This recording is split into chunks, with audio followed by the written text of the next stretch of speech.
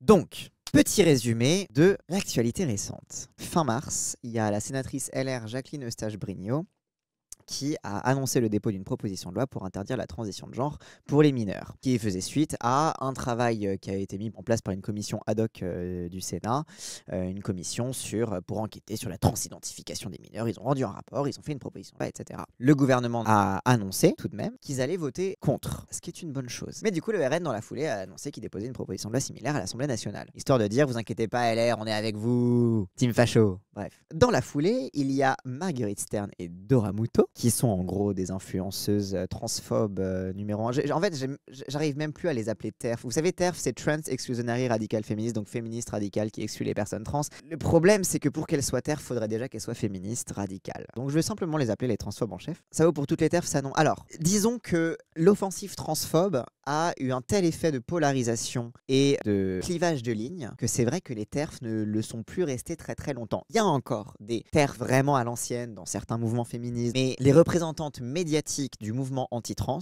ne sont plus féministes depuis longtemps. Elles se sont très très vite détachées un petit peu des mouvements féministes. Elles ont privilégié plutôt des alliances avec l'extrême droite assez classiques. Et même si elles ont encore des liens avec certaines associations féminines anti-trans, ces associations-là centrent l'entièreté de leur action sur le militantisme anti-trans et non plus sur un militantisme féministe classique. C'est-à-dire que c'est plus des assos féministes qui ont de la transphobie sur le côté, c'est des assos transphobes qui ont du féminisme sur le côté. C'est aussi en ça que le terme TERF est plus tellement adapté à l'évolution actuelle du mouvement transphobe. Et ce qui m'a beaucoup frustré parce que quand j'ai fait ma vidéo sur les TERF, quelques mois plus tard, j'étais en mode en fait le terme il est totalement caduc. Et maintenant bref, et du coup donc dans la foulée de ces différents trucs sur les enfants trans, Dora Muto et Marguerite Stern, les transphobes en chef françaises, ont annoncé la sortie de leur bouquin qui s'appelle Transmania. Alors ça nous a fait rire parce que ça fait un peu Starmania mais version trans. Plus comme dans Starmania, il y a un perso de meuf trans, du coup c'est encore plus drôle. Je suis un travesti. Alors le titre de leur bouquin c'est Quand l'idéologie transgenre s'infiltre dans toutes les sphères de la société ou l'histoire d'un des plus gros casses conceptuels du siècle. L'enquête événement en librairie ou sur éditionmagnus.fr. Du coup non, pas en librairie parce que du coup Dora Muto et Marguerite Stern font ouin parce que les librairies elles veulent pas mettre notre bouquin. Bah désolé, mais les éditions Magnus c'est des éditions d'extrême droite. Tu m'étonnes que toutes les librairies veulent pas mettre votre bouquin en vente en fait. Bref, il y a une campagne de pub qui a été faite par affichage à Paris. Les gens se sont très très vite offusqués de comment, bonjour, allô Anne Hidalgo, bonjour. Qu'est-ce que ça fout là? Et du coup ils ont fait retirer les affiches. Et du coup Dora Muto qui a dit The ads for our book Transmania will be removed from the streets of Paris by order of the Paris City Hall. I never would have believed I would witness such a regression of public discourse and debate. Freedom of expression in France is dead. Elon Musk, Jordan Peterson, Women Read Women, J.K. Rowling, Julie Bindel, Caitlin Stock. Alors c'est génial, alors c'est incroyable. Déjà on va étudier. Alors bon déjà évidemment que leur fond de commerce depuis le début à Dora Muto et Marguerite Stern, c'est de dire ouin on est censuré, ouin on peut plus rien dire, ouin les trans et les wokistes. Bref, vous connaissez, hein, globalement, j'ai même plus à vous présenter le... Voilà. Mais surtout, c'est très très intéressant. Parce que, bon, Elon Musk, est-ce que j'ai besoin d'épiloguer sur Elon Musk et son antiféminisme ou... Non. Jordan Peterson aussi, antiféministe notoire. Bon, J.K. Rowling, alors elle, bon...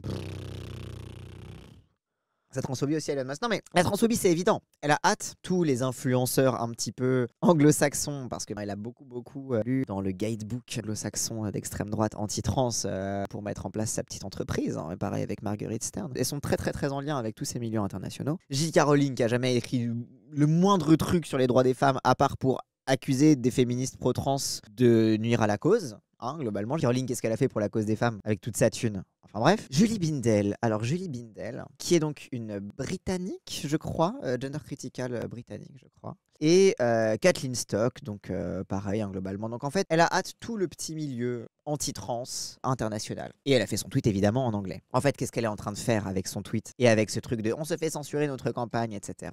C'est ça, c'est d'appeler, comme tu dis à Okami, d'appeler les Avengers de la transphobie. C'est qu'elle voit qu'elle a assez peu de soutien en France. On va pas se mentir. Le milieu féministe français est plutôt pro-trans.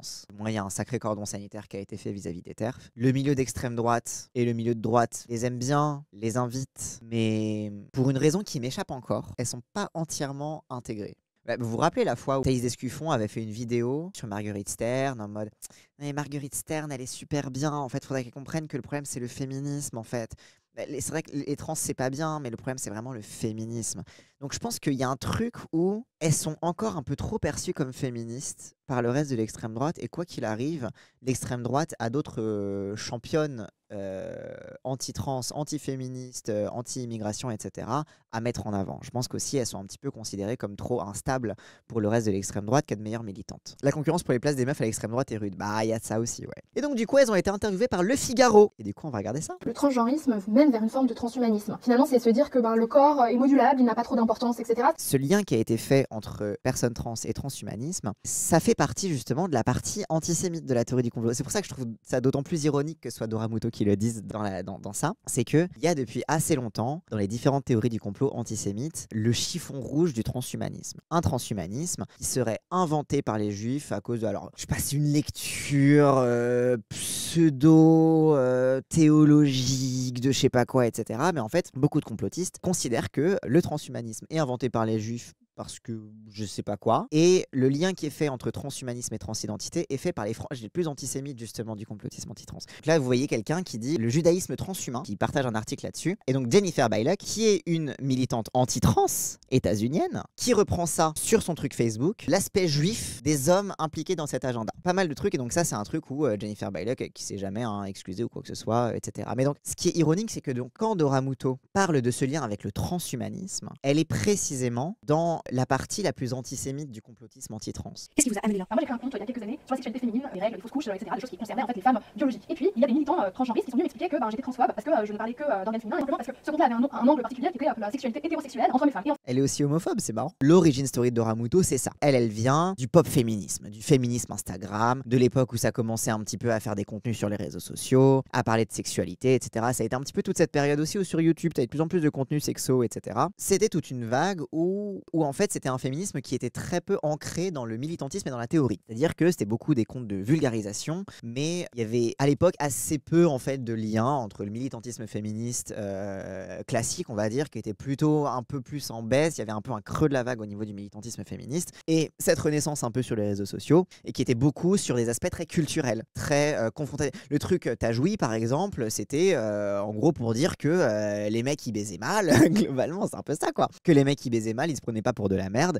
et que s'ils écoutaient un peu plus les meufs, du coup tout le monde serait un peu plus content de leur sexualité hétéro. C'était un peu ça, c'était un peu la base de la base, tu vois, c'était un peu en mode voilà comment retrouver une bonne sexualité entre hétéros, si on arrive à partager le consentement, etc., etc. Elle disait de baiser des gros parce que c'est bien, leur ventre caresse le clito. Alors oui, la façon dont elle se présente, justement, Iliana Givien, la façon dont elle se présente, c'est moi je faisais juste un compte Instagram, et après il y a des méchants militants transgenristes qui ont commencé à me critiquer et à me traiter de TERF. Alors, c'est pas les seules critiques qu'elle a reçues. Elle a reçu énormément de critiques, en effet, parce que elle disait justement ces trucs-là sur si tu baises, faut baiser des gros parce que le ventre il caresse le clito. Il y avait plein de trucs hyper gênants en règle générale sur son compte. Et en fait, le problème, et ce qui était très typique en fait de cette période-là de féminisme Instagram, si t'es arrivé sur son compte en découvrant la sexualité, en découvrant simplement le fait de parler de sexualité sur Internet, et il y avait un côté un peu libérateur de se dire on peut parler de sexualité, ça y est, c'est bon, etc. Bah très vite, globalement, si t'étais pas blanche, si t'étais gros ou grosse, si t'étais machin, t'étais en mode oula,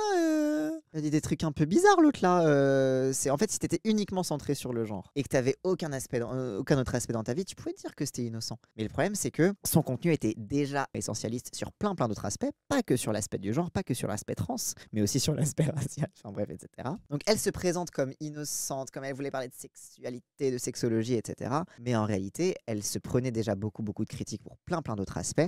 Et en fait, elle a uniquement vrillé par réactance. En fait, elle s'est pris des critiques, elle n'a pas supporté, aussi pour d'autres raisons. C'est qu'elle avait aussi une vie de blogueuse. À l'époque, elle avait fait un blog, je crois que c'était à la revue du mauvais goût ou un truc comme ça. Elle était viteuf passée à la télé à l'époque. Elle était en drag king à la télé d'ailleurs. Elle avait toujours un petit peu ce seum de pas percer. Elle n'était pas rédac chef à Combini. Elle était aussi rédac chef à Combini. Ouais, c'est ça. C'est vraiment cette période-là. J'avais connu en tant que chroniqueuse à Comment ça va bien sur France 2. Ouais, c'est ça, c'était à l'époque. Concrètement, elle n'a pas supporté de se prendre des critiques. En plus, à un moment de foisonnement de la pensée féministe. C'est-à-dire que quand je vous parle de toute cette période Instagram, pop féministe, etc., c'était aussi une période où plein de gens découvraient le féminisme, où plein de gens commençaient un petit peu à échanger des trucs, découvrir aussi différentes luttes, à découvrir, à se politiser un petit peu dans divers aspects.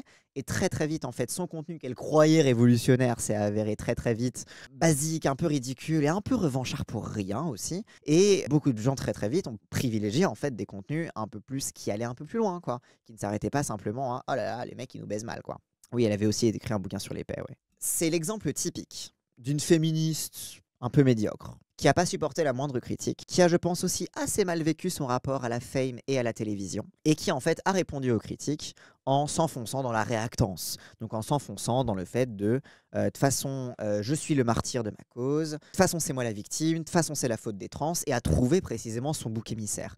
Et elle a été accueillie à bras ouverts précisément par le monde transphobe. Elle était très mécontente de cette fêtage de la TV. Bah ouais, de fou. Elle a très très mal vécu ça. Donc elle avait besoin d'un bouc émissaire. Et elle s'est fait accueillir à bras ouverts par les militantes transphobes qui commençaient un petit peu à se structurer aussi à cette même période sur Internet, avec TERF is a slur, etc. Les différents trucs qui se montaient à l'époque. Et du coup, en fait, elle a trouvé un milieu qui ne la remettait pas en question, qui lui disait oui, t'inquiète pas, tout ce que tu dis c'est vrai, tu es une victime, on va te défendre. Ça lui a permis en fait de continuer de se contenter de cette médiocrité-là et de ne pas se remettre en question. Et en fait, c'est comme ça qu'elle est rentrée dans cette pipeline complotiste et que maintenant elle en fait son business principal. Tout ça pour une blessure d'ego à la base. Exactement. Tout ça pour une blessure d'ego. Est-ce que c'est nécessairement péjoratif le qualificatif TERF? Bah, c'est péjoratif comme on dit droitard, tu vois. Enfin, dans le sens où, pour les personnes trans, c'est péjoratif, bien évidemment, parce que bah, c'est des gens qui nous aiment pas. Donc quand on dit t'es une TERF, c'est sous-entendu, t'es un peu mon ennemi politique. Mais ça, c'est aussi péjoratif que de dire à quelqu'un qu'il est raciste. Tu sais, les gens qui disent ah, je me fais insulter de raciste, etc. Non, raciste n'est pas une insulte, c'est un qualificatif politique. TERF, c'est un qualificatif politique, comme facho. Mais évidemment, il y a une question de respectabilité. Quand on dit que tu es contre quelque chose, que tu es haineuse, que tu es dans tel discours de haine, etc., tu prends ça comme une insulte parce que ça heurte ta respectabilité. Ça heurte le sentiment de n'avoir rien à te reprocher, de poser de simples questions, et voilà quoi.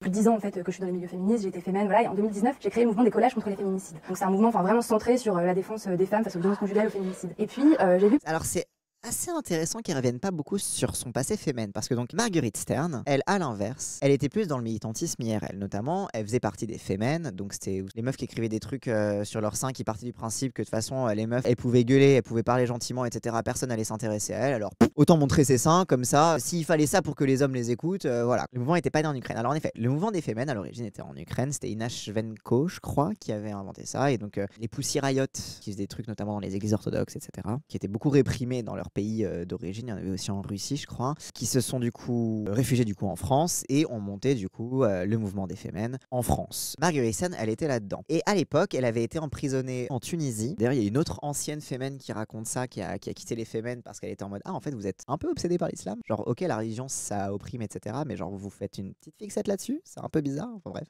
Mais du coup Marguerite Stern du coup qui avait manifesté du coup seins nus comme le font les Femen en Tunisie et du coup qui avait fini en prison. Il y a eu pas mal de déchirements en fait à ce moment-là parce qu'en fait le moment où Marguerite Stern a été emprisonnée, c'est un moment où les Femen commençaient un petit peu à imploser et elle a fait des trucs dans son coin, notamment elle était un petit peu dans les milieux des squats, des trucs comme ça, elle a essayé un petit peu de remonter des trucs à sa sauce, dans d'autres lores, etc., un peu radicaux, etc., etc. Là où Dora Muto, elle vient plus du monde de la télé, du monde des blogs, du monde d'Instagram, etc., Marguerite Stern, elle est plus dans le truc de l'action directe, le côté punk, etc., etc.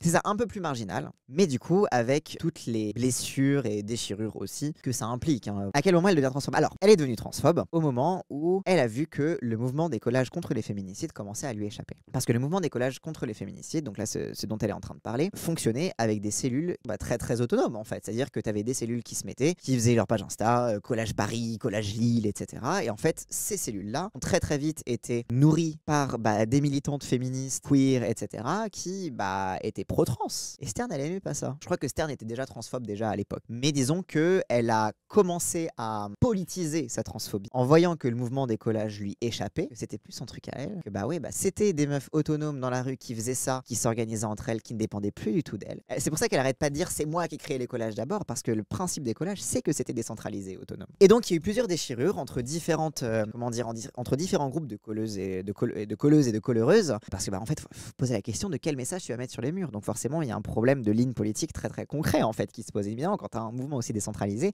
si tu n'as pas une ligne politique claire, évidemment que tout le monde va se taper sur la gueule parce que tout le monde n'a pas la même ligne politique dans le monde féministe. Et donc beaucoup qui ont commencé du coup à faire des collages pour dénoncer l'islamophobie, pour dénoncer la transphobie, pour simplement signifier leur adelphité, leur sororité avec toutes les personnes, y compris non-binaires, trans, etc., etc. Arrête, on a reçu des messages pour nous dire de pas coller des messages contre l'islamophobie, on l'a envoyé chez... voilà, typiquement. J'étais au squat pour le brief des collages, elle faisait que s'embrouiller avec des pro-trans, surtout qu'il y avait des meufs trans qui venaient. Ouais. Mais parce qu'en fait, les meufs trans, en plus, c'était aussi un moment où le militantisme trans et les mouvements d'entraide trans commençaient un petit peu à se remplir et à être assez fournis, où tu avais vraiment une demande et un besoin de militantisme trans qui se faisait ressentir dans le milieu, bah du coup il y a beaucoup de personnes trans, des femmes trans mais aussi des mecs trans, des personnes non binaires, etc. qui ont commencé à se mêler à ça parce que tout simplement ils étaient en besoin de militantisme, d'un militantisme radical, d'un militantisme in your face, et bah les collages c'était parfait pour ça. Donc en fait elle était déjà transphobe, je ne saurais pas savoir d'où vient sa transphobie, je crois qu'en vrai les fémènes étaient déjà sacrément transphobes déjà à l'époque, il y avait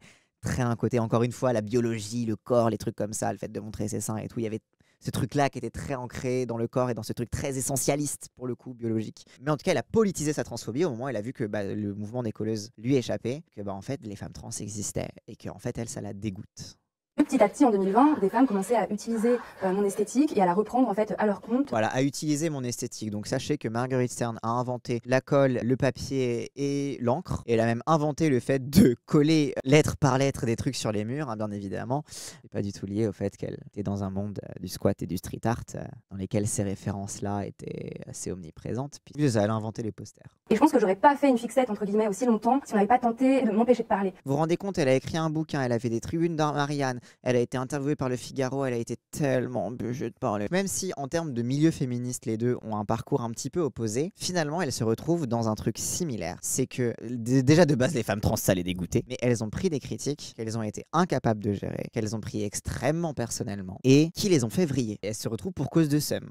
C'est ça. Avant, on parlait de transsexualisme, c'est-à-dire des personnes qui pensaient qu'elles pouvaient changer de sexe en prenant des hormones ou par des opérations dites de réassignation sexuelle. Aujourd'hui, on parle de transgenrisme, c'est-à-dire des personnes qui ne se concentrent pas que sur le sexe biologique, mais qu'elles se concentrent sur le genre, c'est-à-dire sur l'étiquette sociale, sur la façon dont elles sont perçues. Alors donc ça, ce qu'elle est en train de dire, c'est du lexique gender critical. Et d'ailleurs, ça se base un petit peu sur les discours qu'il y a un peu de moins en moins, mais qu'il y a encore aujourd'hui, dans la sphère un petit peu militantisme trans sur Internet, des youtubeurs et youtubeuses trans qui faisaient un petit peu de la vulgarisation un petit peu sur ce qu'est la transidentité, qui utilisaient beaucoup le terme, alors naître dans le mauvais corps, ça a très vite tombé en désuétude en vrai, mais qui parlait beaucoup d'identité psychologique, de trucs, parce qu'en fait, il y a un problème, c'est que quand t'es trans, c'est très compliqué de faire comprendre aux gens ce qui fait que t'es trans. Parce que spoiler alerte, les personnes trans elles-mêmes ne savent pas pourquoi elles sont trans.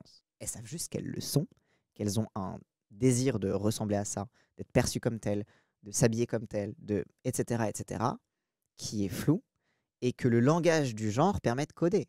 C'est-à-dire que, genre, moi, j'étais pas arc-bouté sur le fait de je veux être un homme, je veux être un bonhomme, mais simplement, je voulais avoir une voix qui a mué, qu'on m'appelle monsieur, je voulais être perçu comme tel dans la rue, et même si c'est absurde et que ça n'a pas de sens, c'était des trucs sur lesquels le genre masculin donne un sens à ce à quoi je voulais ressembler. Mais je saurais pas vous dire si intérieurement dans ma tête j'étais un homme, puisque quand t'es perçu comme une femme, intérieurement dans ta tête, t'as du mal à être un homme, t'as du mal à être ce que tu n'es pas socialement. Ce qui fait que elle se repose sur cette difficulté qu'il y a à faire comprendre la transidentité, puisque encore une fois, même nous, on sait pas trop ce que c'est. Qui fait que souvent les personnes trans ont recours à des simplifications. Des simplifications de dans ma tête je suis un homme ou dans ma tête je suis une femme, de je suis né dans le mauvais corps, de etc. De mon genre n'est pas le bon et de j'explore mon genre, etc.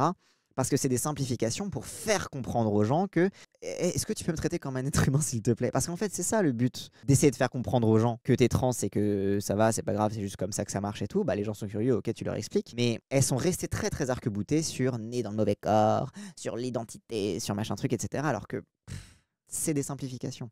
Mais en même temps, c'est le truc facile à attaquer parce que elles attaquent là où ça fait mal, c'est-à-dire là où l'identité trans est presque ineffable. J'utilise un gros mot. Ineffable, c'est un truc que tu peux pas exprimer, en gros. Et comment ce basculement s'est fait? Ça s'est fait avec un certain nombre de lois qui sont passées et qui ont autorisé le fait qu'on puisse se déclarer femme ou homme en n'allant pas jusqu'au bout de la transition. Alors ça, c'est intéressant. C'est que du coup, pour faire passer leur message, elles se plient à la psychiatrie. C'est qu'en gros, elles disent, on est passé du transsexualisme, ça c'était bien, au transgenrisme, ça c'est pas bien. Mais alors du coup, le transsexualisme, c'est bien? Spoiler non, parce que dans leur bouquin, en gros, elles disent que c'est pas bien. Pourquoi le sexe, c'est du genre? Alors, en quoi le sexe, c'est du genre? J'utilise beaucoup les termes genre et sexe de façon interchangeable. Parce que concrètement, quand on parle de sexe, on parle de quoi? Alors, très basiquement, les gens ils vont se dire, on parle de biologie. Bon, le problème, c'est que la biologie est basée déjà sur pas mal d'a priori. C'est-à-dire qu'on va dire non, mais le sexe, on l'observe à la naissance, donc simplement c'est une donnée neutre qu'on observe, mais simplement le fait de créer des catégories administratives en fonction du sexe, c'est quelque chose qui est humain, c'est quelque chose qui est social. C'est-à-dire que même si, comment dire, la répartition du sexe est la même partout sur la planète, bah, tu as des sociétés qui ont un troisième genre, par exemple. Tu as des sociétés qui ne dépendent pas de cette bicatégorisation-là, par exemple. Donc en fait, quand je dis que le sexe, c'est du genre, c'est que la façon dont on va coder la biologie et on va l'ordonner de façon administrative, de façon sociale, etc. Donc ce qu'on appelle le sexe, par exemple sur la carte d'identité, il y a marqué sexe, mais le fait de le mettre dans une catégorie, c'est une construction sociale.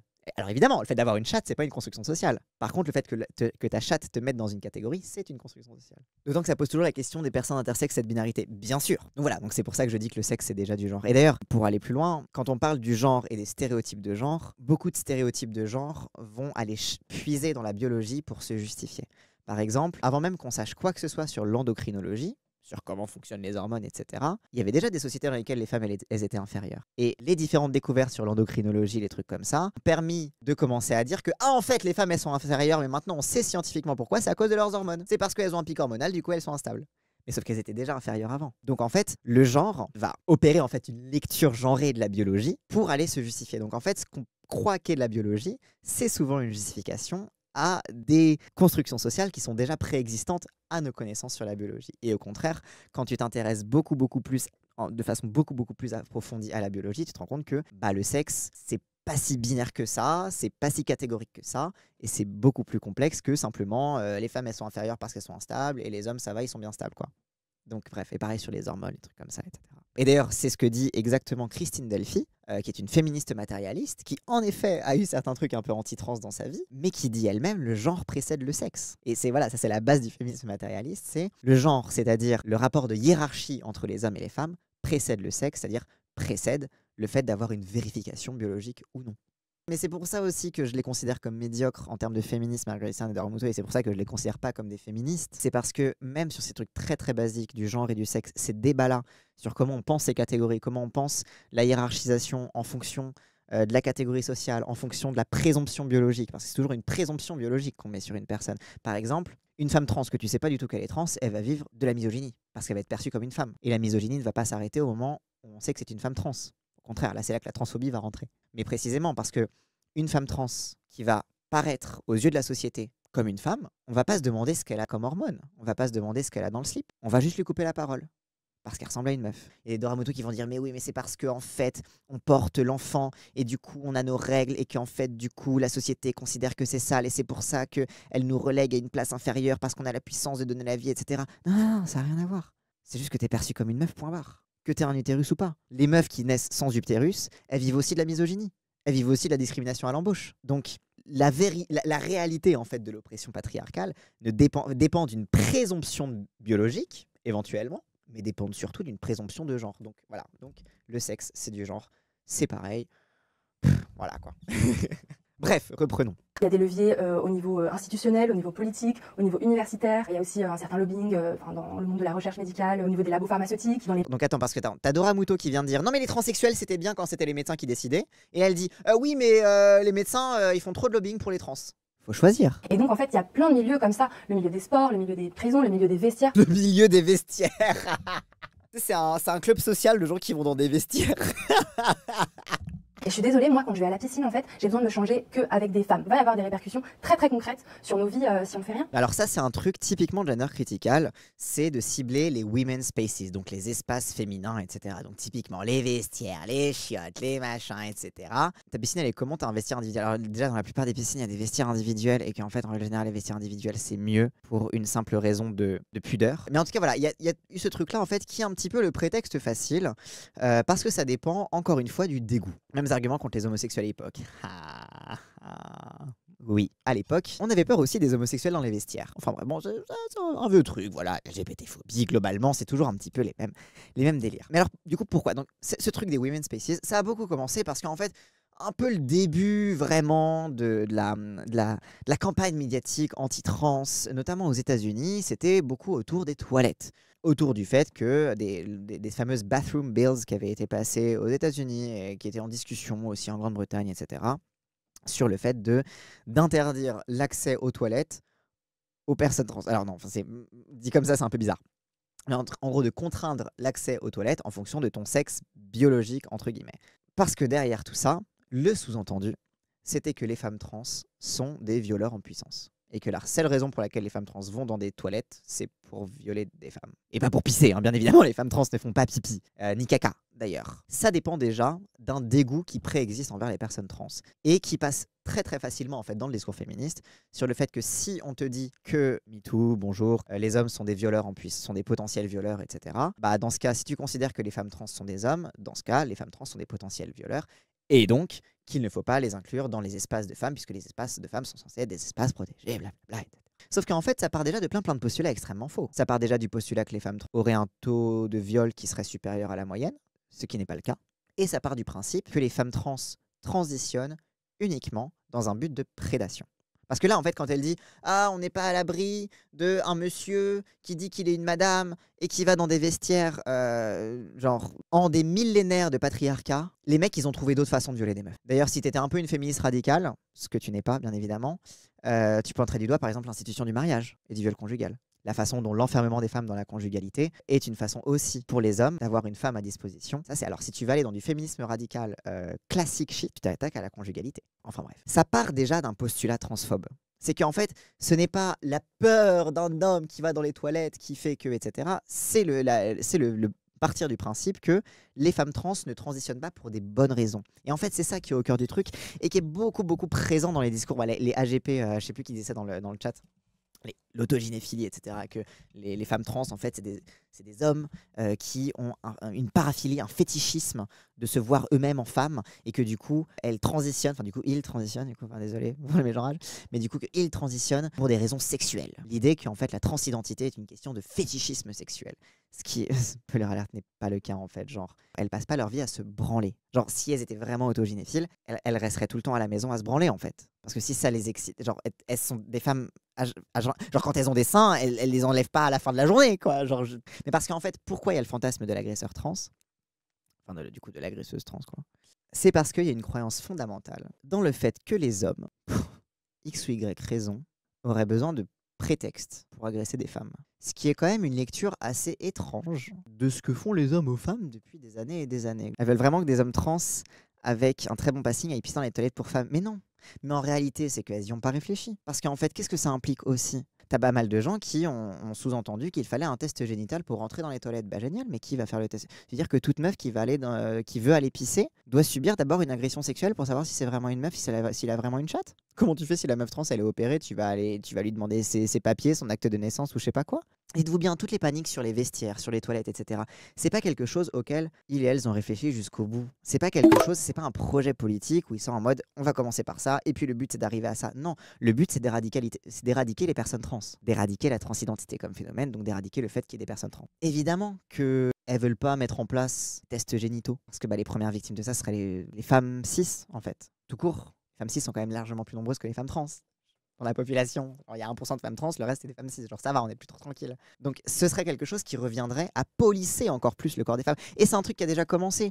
Il y a pas mal de faits divers où dans des cabines d'essayage, en Grande-Bretagne, aux États-Unis, etc., des femmes se sont faites agresser par d'autres femmes. Parce que, notamment un cas d'une femme qui s'est faite agresser dans une cabine d'essayage parce qu'on l'avait prise pour trans, parce qu'elle avait les épaules un peu larges. Ou alors une autre femme qui a été prise pour trans parce que une meuf, vous savez, sous le rideau de la cabine d'essayage, a vu des chaussures qui avaient l'air un peu grandes, parce que la meuf, elle faisait du 42, je sais plus, donc elle avait des grands pieds. Et que du coup, la meuf, en voyant des chaussures qui faisaient du 40 ou du 42 dessous la cabine d'essayage, a commencé à se matrixer, à se dire « c'est une femme trans, c'est un homme transféminin, etc. » Et à harceler cette meuf jusqu'à ce qu'elle se barre de la boutique. Donc ça arrive déjà. Oui, voire même par des hommes. Je pense notamment à Posy Parker, qui est une militante transphobe, qui a de grandes amitiés avec les Proud Boys et tous les mouvements un petit peu néo-nazis un peu partout. Posy Parker, elle est assez gratinée. Hein.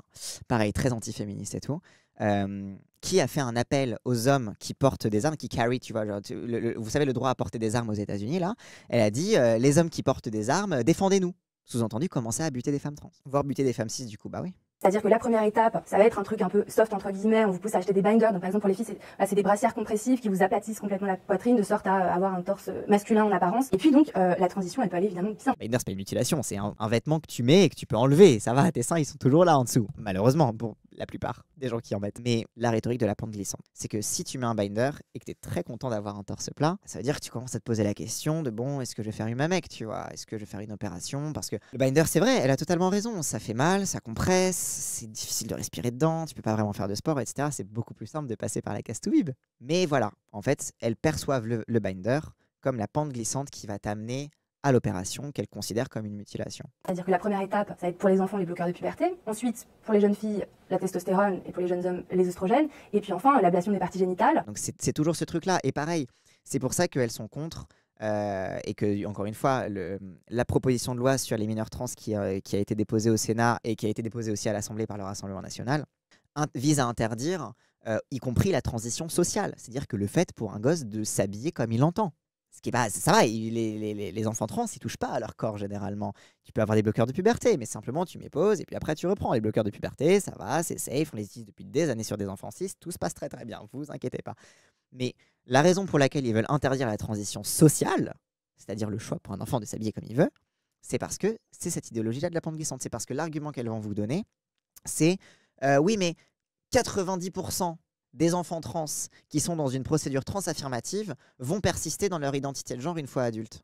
Et elles vont percevoir ça comme un problème. Alors que c'est pas un problème du coup, ça veut dire que les enfants trans savent qu'ils sont trans et qu'ils se sont pas trompés, tu vois. Mais non, parce qu'en fait pour elles le problème c'est que ça crée des trans, ça crée des adultes trans. Et que le problème des enfants trans, c'est qu'ils vont devenir des adultes trans. Et que les adultes trans on n'en veut pas parce que les trans on n'en veut pas. Et en fait c'est ça le cœur du problème. Elles vous font peur avec le doigt dans l'engrenage. Parce que le problème du doigt dans l'engrenage, c'est le truc auquel tu vas arriver. Et le truc auquel tu vas arriver à la fin, c'est qu'il y a des personnes trans, heureuses, tranquilles, qui vivent leur vie. Et ça, c'est ça contre quoi elles se battent. Il y a moyen de revenir en arrière une fois adulte, ouais, bien sûr.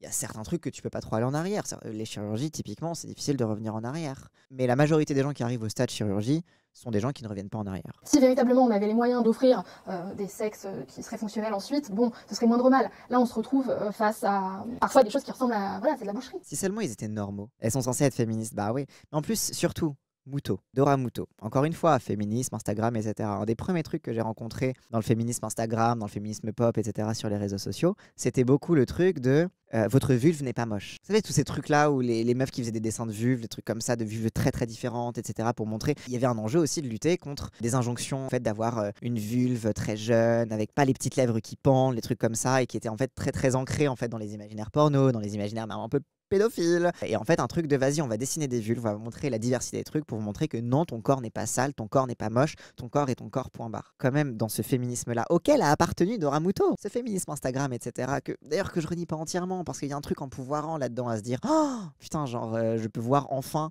mon corps représenté et même un corps autre que moi représenté et voir cette altérité, etc., etc. La base de ce féminisme-là, qui était un petit peu d'accepter son corps, de savoir que c'est pas ton corps qui est sale, c'est ce que le mec en a fait qui est sale, etc., etc. C'est ce que oui, empouvoirant, c'est ça redonne du pouvoir, quoi. C'est empowering. Tu vois. Bah, en fait, la pensée transphobe l'a totalement mise dans un truc de il y a objectivement des vulves moches, il y a objectivement des chattes dégueulasses, il y a objectivement des trucs où c'est des boucheries et ça devrait pas exister. Et un truc de presque pas eugénisme, le mot que je cherche. Ouais, de fascisme du corps, quoi. Ouais, de monstrueux, c'est ça. Si son corps est trop monstrueux, t'as pas le droit de citer, quoi. Prescription d'hormones pour la prescription de tous les médicaments dans le cadre d'une transition, c'est toujours fait hors AMM, hors autorisation de mise sur le marché. Mais faites des autorisations de mise sur le marché. Vous savez ce que ça implique, des autorisations de mise sur le marché? Une autorisation de mise sur le marché, ça implique de faire une étude avec le public cible, avec le public concerné, pour adapter les dosages au public concerné. Ça fait des années qu'on prend des hormones qui sont pas censées être adaptées à nous. Alors, évidemment, avec le temps, on sait les dosages. Je veux dire, bon, les générations de personnes trans qui ont utilisé ces hormones ont servi aussi de cobaye aux générations suivantes pour savoir quels sont les bons dosages, quelles sont les hormones à éviter, quels sont typiquement tous les trucs de bloqueurs de testostérone qui sont dangereux et qui sont hyper cancérogènes, etc. Malheureusement, on a des sœurs qui tombaient pour nous avant ça. On fait que ça de demander des autorisations de mise sur le marché. Mais c'est les labos qui veulent pas. Parce que mettre en place une étude sur est-ce que, je sais pas, l'androtardil, c'est l'hormone que je prends, c'est la testostérone. Est-ce que l'androtardil est adapté aux besoins de transition pour les hommes trans? Est-ce que elle entraîne pas une grosse surcharge, etc. etc. Des trucs qu'on sait maintenant, hein, des trucs qu'on sait maintenant parce que on a des gens qui ont des suivis avec des médecins qui font le suivi eux-mêmes, qui font les études, enfin, qui font pas les études, mais qui ont l'expérience du terrain et qui savent comment ça marche et qui font régulièrement des prises de sang pour savoir, attends, est-ce que le cholestérol, est-ce que le foie, est-ce que machin, etc. etc. On est quand même surveillé médicalement, et tant mieux. Mais on fait que ça, mais parce qu'en fait, c'est les labos, parce que ça coûte cher de faire des études. Et que les labos veulent pas foutre la thune pour faire des études. Et qu'ils profitent du fait qu'il y a ce qu'on appelle la liberté de prescription des praticiens. Voilà. Et le problème derrière tout ça, c'est que dès qu'il y a une pénurie, on est privé de nos hormones. Dès qu'il y a un problème d'approvisionnement au niveau de la chaîne de production de Bayer, on se retrouve avec des pénuries de testostérone, donc des pénuries d'androtardyle, donc qui est la seule hormone qui est remboursée en France lorsque tu as une ALD, la seule hormone masculinisante qui est remboursée en France. Et du coup, tu as toute la population trans, mais pas que, intersexe aussi, qui se retrouvent privés d'hormones. Parce que lorsque Bayer prévoit ses stocks, parce que normalement les stocks de médicaments sont prévus aussi en prévision aussi de potentielles pénuries. Sauf que comme on n'est pas prévu dans les chaînes de... Ils savent, ils produisent plus, ils savent qu'il y a des trans qui en prennent. Mais comme on n'est pas prévu dans les chaînes de production, dès qu'il y a une pénurie, c'est pour notre gueule. Pareil avec le Strodose pour les filles. Ouais, pareil, dès qu'il y a une pénurie au niveau des œstrogènes, c'est les meufs trans qui prennent. Donc en fait, on veut une autorisation de mise sur le marché. On ne demande que ça pour avoir des hormones où on est sûr et certain, scientifiquement, avec des vraies études, que tout est au vert, même si on le sait, et d'avoir des stocks, d'être considéré comme un public légitime, ces putains de labos pharmaceutiques. Sauf que le problème, c'est que Marguerite Stern et Dora Muto, dans le même souffle, vont vous dire c'est prescrit hors autorisation de mise sur le marché, et après dire qu'il y a un lobby des pharmaceutiques. Il y a un lobby des labos pharmaceutiques pour financer l'idéologie trans. Alors qu'on n'est même pas putain de pris en compte dans leur production et dans leurs études. Vous vous foutez de la gueule de qui? Mais il est où le lobby? Les meufs trans, elles aimeraient bien que les labos pharmaceutiques, ils arrêtent d'arrêter les productions de différents patchs, de trucs comme ça, sans prévenir, alors que les meufs trans, elles en ont besoin. Pareil avec les patchs Giveldo. Oui, c'est ça, exactement. C'est à quoi je faisais référence. Les patchs Giveldo qui étaient régulièrement en pénurie et qui, au lieu de régler les problèmes, ils ont arrêté de les produire en France. Exactement. C'est régulièrement en pénurie, hop, on arrête, alors que les patchs Giveldo étaient hyper pratiques et pas mal utilisés par les meufs trans. Les œstrogènes en injection, toujours en DIY. Bah oui. Les œstrogènes en injection qui se pratiquent par exemple aux États-Unis, par exemple, pas mal de meufs trans qui se mettent les œstrogènes en injection parce que c'est beaucoup moins chiant que les autres versions. Déjà, t'as moins besoin d'en faire, c'est pas tous les jours, etc. Mais le problème, c'est que on n'a pas le lobby pharmaceutique derrière nous, malheureusement. Après, les pénuries de médicaments, ça concerne pas uniquement les hormones. Alors oui, ça c'est clair. Alors là, pour le coup, je suis d'accord avec toi, Carrig. Et c'est pour ça que moi, je revendique avant tout ce qu'on appelle un pôle public du médicament. Les labos pharmaceutiques, ils nous font chier en vrai. On aimerait bien ne pas avoir à dépendre de ça, qu'il y ait un véritable pôle public du médicament. Comme ça, qu'il puisse avoir une production qui est soutenue par l'État. Du coup, vu que c'est un service public du médicament qui soit véritablement à disposition et au service des citoyens et non pas d'un enjeu financier, ça c'est un truc qu'on revendique. Pareil, on pourra vous parler des ALD, etc. Nous on revendique le remboursement des soins de sécu à 100%, le fait que la sécu soit entièrement gratuite, qui en fait c'est qu'on revendique que tout ça soit universel. Alors universel, pourquoi on revendique ça? Nous, en tant que personne trans, on a intérêt à cette universalité, mais aussi parce que notre contact avec le monde médical nous fait nous rendre compte encore plus de la nécessité de cette universalité des droits. Notre santé soit pas dépendante du capitalisme, quoi. Bah ouais. Et c'est pour ça que leur pseudo-anticapitalisme, du lobby pharmaceutique qui se fait de la thune sur les trans, etc. Mais PTDR, mais t'es anticapitaliste, toi. Elles sont où tes revendications pour le 100% sécu, pour les pôles publics du médicament, pour non, en fait, tu t'en bats les couilles, tu veux juste éradiquer les trans. C'est le point qui m'a fait tiquer. D'une, ça fait des années que les personnes trans utilisent ces hormones. T'inquiète pas, il y a eu plein de cobayes pour savoir comment ça fonctionne. De deux, ces fameuses autorisations de mise sur le marché, c'est les labos qui ne les font pas parce qu'ils veulent pas faire d'études sur nous, parce qu'ils considèrent pas qu'on est une population assez pertinente pour eux. Alors apparemment, il y a un trans-remplacement, il y a plein de trans, il y a une explosion des cas de trans, mais bon, les labos pharmaceutiques ne considèrent pas comme pertinents, dont acte. Moi, je fais confiance à la science. On est trop minoritaire. Et en plus, mais c'est tout ce qu'on demande, bordel. Nous, on veut transitionner, hein. Parce qu'elle donne, oh là là, les hormones, c'est pas pareil, on sait pas, etc. Mais en fait, elle utilise ça pour faire une panique morale, pour dire il faut plus donner d'hormones aux trans parce que c'est dangereux pour eux, les pauvres. Non, nous, on veut des hormones safe, où on est sûr que ça marche. Encore une fois, on sait que ça marche, ça fait des années, on est les putains de cobayes de cette merde. Population assez rentable, je dirais plutôt. Et oui, quand je dis pertinente, c'est rentable pour les oui, dans le sens de la rentabilité, oui. À la clinique du genre Tavistock qui a fermé suite à un la scandale clinique sanitaire, Tavistock. il y avait plus de 30% des personnes suivies qui étaient autistes, alors que l'occurrence dans la population générale n'est que 2%.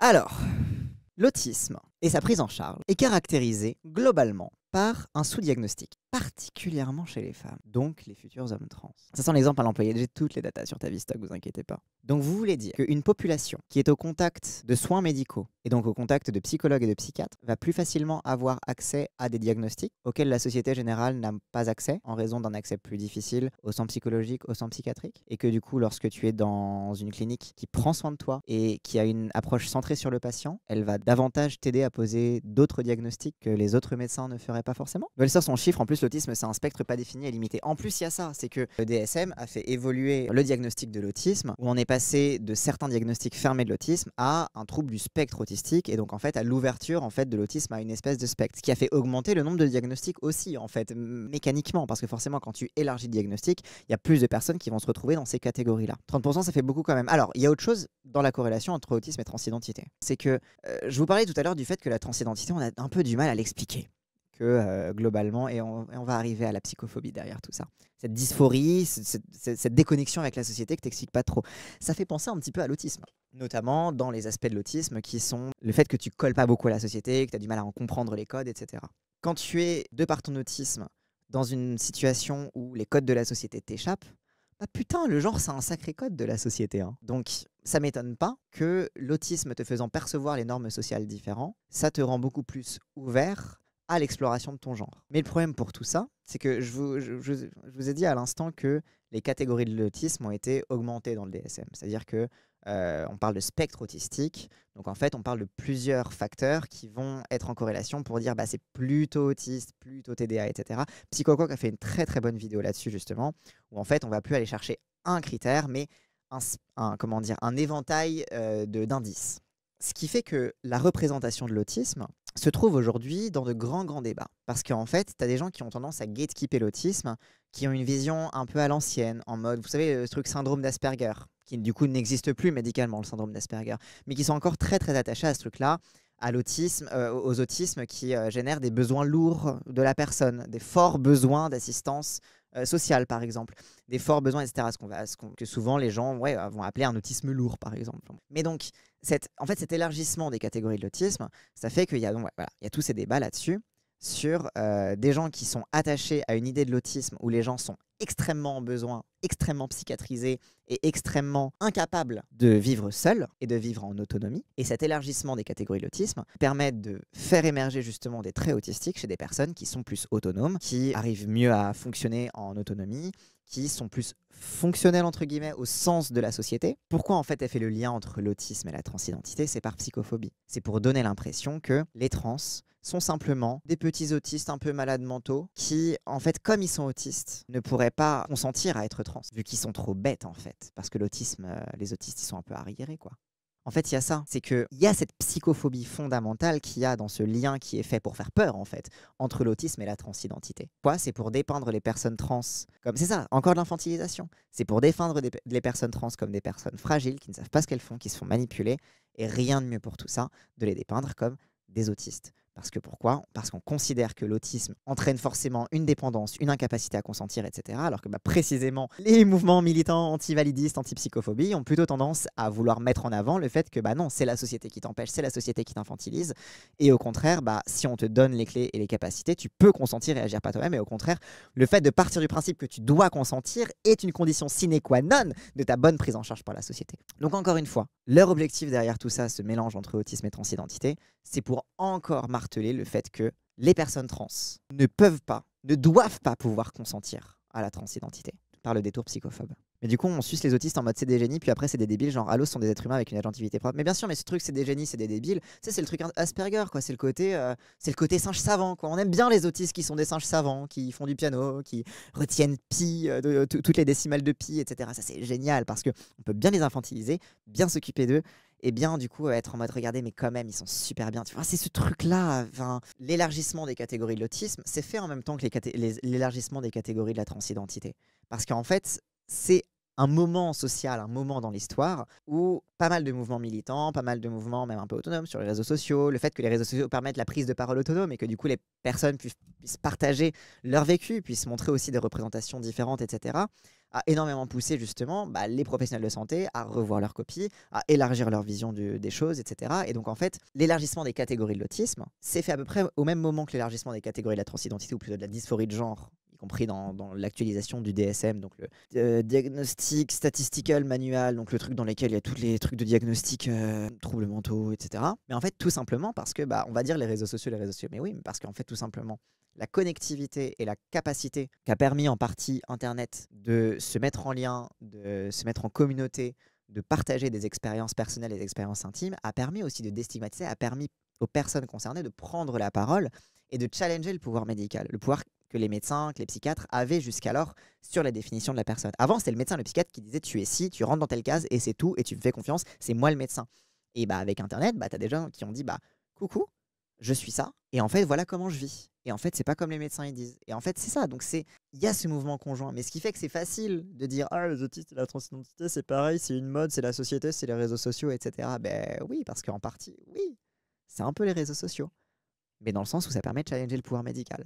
Et que le pouvoir médical a revu sa copie dans plein de trucs. C'est pour ça qu'elle dit oh là là, les médecins transactivistes, transaffirmatifs, c'est les mauvais médecins. Bah oui, parce que c'est les médecins qui ont revu leur copie parce qu'ils ont vraiment une démarche scientifique en fait. Et qui s'intéressent vraiment aux patients qui voient. Qui souffrent d'autisme à ces périodes-là de leur vie. Les ados qui souffrent d'autisme, ils souffrent vraiment. Oui, l'infantilisation, bref, voilà, j'ai rien à dire de plus. Qui ne transitionnent pas, mais qui se développent sur des bases cognitives complètement pourries. C'est-à-dire qu'on leur raconte que le sexe n'existe pas ou bien est un spectre, que du coup seul le genre compte. Alors le sexe existe, mais c'est aussi un spectre en effet, oui, ça c'est des biologistes qui vont te le dire. Toi qui aimes la science. Que votre genre en fait ce sont vos émotions, donc si vous avez des émotions fluctuantes, vous êtes gender fluid, donc c'est quand même très grave quoi d'asséner comme ça des contre-vérités biologiques. Il y a toute une génération qui... Ah oui, c'est très grave d'asséner des contre-vérités biologiques parce qu'après il y a des gens qui vont être gender fluid et qui vont s'habiller masque un jour et femme le surlendemain. Très très grave. Il y a des gens qui vont s'habiller différemment en fonction de leurs sentiments quoi. C'est fou, genre c'est la décadence. Non mais c'est contre nature. Pardon, désolé. En fait, j'arrive plus à voir la différence entre les deux. Dans un espèce de relativisme. Le relativisme. Et c'est là qu'elles sont très proches de l'extrême droite. Ce danger du relativisme, c'est alors un point de discours, mais alors qui est éprouvé par l'extrême droite, éprouvé même par l'Église catholique, etc. Le relativisme, c'est la croisade contre laquelle est l'Église catholique depuis des années vis-à-vis du féminisme. Tiens, c'est marrant. Je vous conseille d'ailleurs le bouquin de Bruno Perrault qui a peur de la théorie queer, qui revient un petit peu sur comment l'Église catholique progressivement s'est mise à suivre de très très près les travaux féministes, notamment pour s'opposer à l'avortement et à la contraception, parce que l'Église catholique disait que le risque de l'égalité des genres, c'était qu'il n'y ait plus de différence entre les sexes et de mettre fin à l'altérité sacrée entre hommes et femmes, et que du coup ça ferait un relativisme qui ferait que du coup si tout est relatif, du coup peut-être que le catholicisme n'est pas la religion universelle. Mais ce relativisme-là, c'est quelque chose qui fait la pipeline aussi avec l'extrême droite beaucoup plus classique. Marguerite Stern et Dora Muto se sont énormément distinguées par leur racisme, et notamment par une islamophobie très révélée. Alors Marguerite Stern, c'est depuis les Femen, hein. Mais cette obsession islamophobe, c'est aussi quelque chose qui est mobilisé au nom de la peur du relativisme. C'est-à-dire que le fameux relativisme culturel, même le Printemps républicain à l'époque parlait de ça. Ils aiment beaucoup de parler de relativisme culturel parce qu'en fait, ça part du principe que en fait, toutes les cultures se valent, et que si toutes les cultures se valent, la nôtre n'est pas supérieure aux autres. Alors que quand même, on est féministe, en fait, et on est des démocraties. D'accord? Donc en fait, genre, toutes les cultures se valent pas. Genre, eux, c'est des barbares. Bref, mais ce truc-là du relativisme, et en fait, c'est intéressant parce que c'est là aussi où la pipeline de l'extrême droite se fait. C'est qu'en fait, c'est une véritable politique sexuelle de l'extrême droite. J'aime beaucoup dire ça comme ça, parce que ça fait un peu un gros mot un peu savant. Mais cette politique sexuelle de l'extrême droite, c'est que ce qui se passe au niveau du sexe, du genre, de la conjugalité, de la vie de famille, c'est finalement, c'est une forme de microcosme qui soit reproduit, soit est le noyau de ce qui se passe au niveau de la société plus large. Donc c'est-à-dire que si les gens deviennent relativistes vis-à-vis du sexe, c'est-à-dire que s'ils considèrent que, je sais pas, au hasard, les hommes et femmes sont égaux et que globalement, à part un léger dimorphisme sexuel, il n'y a pas vraiment de différence fondamentale à avoir entre les deux, ça veut dire que ce qui se passe au niveau intime va se passer au niveau social et au niveau international et au niveau civilisationnel, et qu'on risque de considérer que les Arabes et les musulmans sont à égalité, quoi. La famille est l'unité à la base du capitalisme, elle fabrique les travailleurs, la mettre en danger, c'est mettre en danger le système. Ouais, mais tout comme elle est l'unité de base du fascisme. Puisque la famille fasciste est une famille dans laquelle règne l'ordre, avec une hiérarchie stricte, où on respecte, on apprend à intégrer l'ordre et à obéir à ses parents, surtout obéir à ses parents, parce qu'en fait, c'est ce qui te prépare à obéir à la société et à t'intégrer dedans. Il y a longtemps, j'en avais fait un TikTok à l'époque, je crois pas que j'en avais fait un best-of YouTube. On avait parlé de ça au sujet de Giorgia Meloni et de la façon dont l'extrême droite utilise le statut de femme, en fait, et la place des femmes dans la société pour justifier justement un retour à l'ordre fasciste. Parce qu'en fait, on pourrait se dire, mais ça va à l'encontre de l'intérêt des femmes que d'aller dans le fascisme, parce que du coup, elles auront moins de droits, elles seront moins libres, etc. Sauf qu'en fait, il y a une espèce de contrat social des femmes de droite et des femmes d'extrême droite où en fait, on retourne à la famille, on retourne au foyer, mais en échange de la protection et de cette promesse d'ordre de la société. Et d'ailleurs, c'est Andrea Dworkin dans son bouquin Les femmes de droite qui en parle extrêmement bien de cette promesse d'ordre que fait la droite aux femmes. Il y a 10-20 ans, les personnes qui transitionnaient étaient en majorité des hommes qui avaient plus de 40 ans. Aujourd'hui, ce sont en majorité des femmes qui transitionnent. À titre indicatif, à l'hôpital de la Pitié-Salpêtrière, qui accueille les moins de 20 ans qui veulent transitionner, on est à 68% de filles et de femmes. Donc elle vient de dire qu'à l'époque, quand c'était mieux, il y avait plus de femmes trans. Pour des raisons que je vous ai expliquées tout à l'heure, je ne reviendrai pas là-dessus, parce que la transidentité féminine était beaucoup plus médiatisée, parce que globalement, les gens ne savaient pas que les hommes trans existaient, et savaient un peu plus que les femmes trans existaient, parce que tout simplement, il y avait les blagues sur les femmes habites. On médiatisait énormément les femmes trans, parce qu'il y avait un côté un peu de dégoût bizarre, de fascination pour la femme qui n'en est pas vraiment une, etc. Enfin bref. Il y a eu un effet de rattrapage des chiffres, où du coup les hommes trans ont découvert que les hommes trans existaient, et du coup ils ont commencé un peu plus à transitionner, à se dire « Ah, en fait je peux ! Ah, en fait j'ai le droit, let's go !» Et donc y compris des hommes trans plus âgés qui ont transitionné sur le tard. Donc il y a eu un effet de rattrapage des hommes trans, ce qui a fait qu'on a eu l'impression qu'il y a eu une explosion des nombres d'hommes trans, etc. Bah non, c'est juste qu'il y a eu un effet de rattrapage sur les chiffres. Aujourd'hui les chiffres globalement sont à peu près à égalité. Pourquoi elle cite les chiffres de l'hôpital de la Pitié-Salpêtrière sur les 63 ou 68% de transitions masculinisantes? Pour une raison très très simple, c'est parce que en effet, les hommes trans en moyenne transitionnent plus jeunes que les femmes trans. Mais pourquoi cela, me diras-tu, Cassandre? Que ce ne serait-ce pas à cause de la transphobie? Attends, je vais réfléchir. Je vais me mettre dans la tête d'un lycéen ou d'une lycéenne. Je suis au lycée, je suis au collège, etc. Je sens que je suis un mec trans un peu, je sens que je suis un peu masculin, etc. Vas-y, je vais me couper les cheveux, je vais m'habiller différemment. Je vais me prendre du harcèlement scolaire, probablement. Mais, tu sais, il y a un peu aussi un look androgyne que je peux négocier, il y a un peu un truc. Et puis, au final, quand tu deviens un peu plus masculin, tu passes un peu sous les radars. Maintenant, je vais me mettre dans l'autre catégorie. Je suis perçu comme un jeune garçon. Je veux me féminiser. Ah ben non, je me suis fait tabasser dans les chiottes et traiter de sale p***. Bon, ben je vais enfouir ces sentiments bien profonds au fond de moi et je vais attendre d'être un peu stable dans ma vie et de ne plus dépendre des gens autour de moi pour pouvoir enfin être heureuse. En fait, c'est ça, c'est que la raison pour laquelle les femmes trans transitionnent beaucoup plus tard que les hommes, c'est qu'en fait, en tant qu'homme, se déchoir de sa virilité, quitter le genre masculin, c'est quelque chose d'extrêmement réprimé. Encore une fois, c'est pas pour rien que l'insulte numéro 1 dans les cours de récréation, c'est sale p***. Alors, il y a des insultes sale p***, mais c'est pas aussi répandu que p***. On a beaucoup parlé des mascus, des hiérarchies des hommes entre eux, les perdants de la masculinité, etc., etc., et comment les mecs prennent turbo cher. Les meufs aussi prennent turbo cher, hein, vous inquiétez pas. Mais quand on avait parlé de harcèlement scolaire, etc., notamment quand on avait regardé la vidéo de Hacking Social, on avait vu à quel point la présomption d'homosexualité était très très puissante dans les harcèlements homophobes. Encore récemment, il y a eu des cas qui finissent par la mort de la personne concernée. Donc c'est beaucoup plus réprimé par la société de passer de homme à femme, donc de se déchoir de la masculinité, devenir un sous-homme, c'est-à-dire une femme, que pour une fille de devenir un garçon manqué. C'est malheureusement une réalité. Ça s'appelle, allez Marguerite Stern-Doramuto, vous avez été féministe à un moment, ça s'appelle le patriarcat et le sexisme. La moyenne d'âge des transitions de femmes trans est en train de baisser. Celle des hommes trans reste assez constante en fait. Mais bref, donc du coup, pourquoi il y a cette différence d'âge? Tout simplement parce que la transphobie existe. Sauf que le problème de Marguerite Stern et de Doramuto, c'est que tout leur argumentaire dépend du fait de nier l'existence de la transphobie, puisqu'elles-mêmes sont transphobes. Donc bien évidemment qu'elles vont pas prendre en compte la transphobie dans le fait que, bah oui, quand t'es une meuf trans au placard, tu prends cher de fou.